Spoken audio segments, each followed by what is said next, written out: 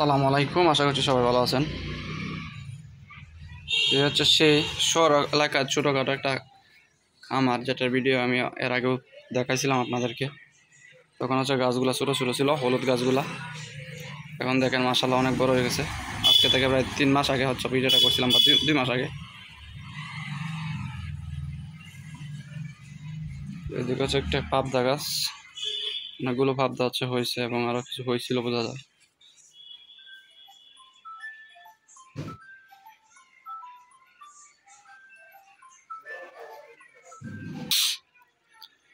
তো দেখে মনে হচ্ছে বেশ কিছু পাবদা তুলে খাওয়া হয়েছে। এই যে সিরা ডগাগুলা, ছোট্ট একটা গাছে অনেকগুলো পাবদা আছে। এগুলো হচ্ছে উন্নত জাতের পাবদা না মনে হয়, নাহলে আরও বেশি আসতো।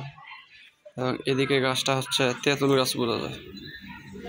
আমাদের বাড়িতেও একটা তেঁতুল গাছ আছে, এটা প্রায় 200 বছরের পুরাতন।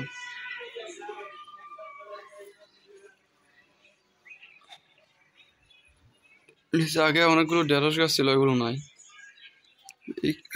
এখানে এক জাতের একটা গাছ দেখা যায়, এটা কি গাছ সঠিক জানি না। এই যে নিচের গাছগুলা বাঁশ গাছের পাতার মতো দেখা যায়।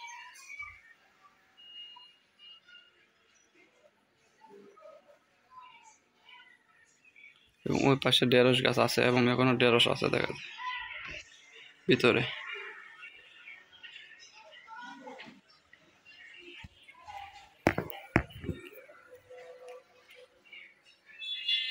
কি সুন্দর একটা লাউ গাছের ডগা।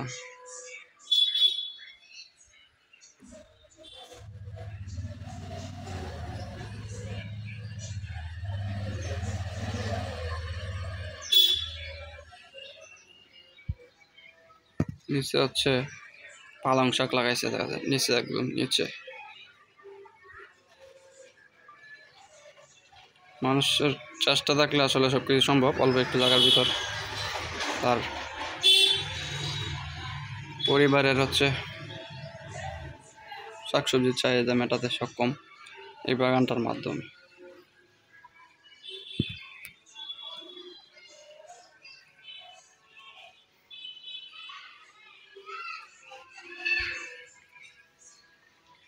এখন চাইলে আর ছোটো ছোটো কচু গাছ লাগাইতে পারে না। কচু গাছের লতা খাওয়া যায়, এবং শাক, কচু গাছের শাক খাইবার লাইগা।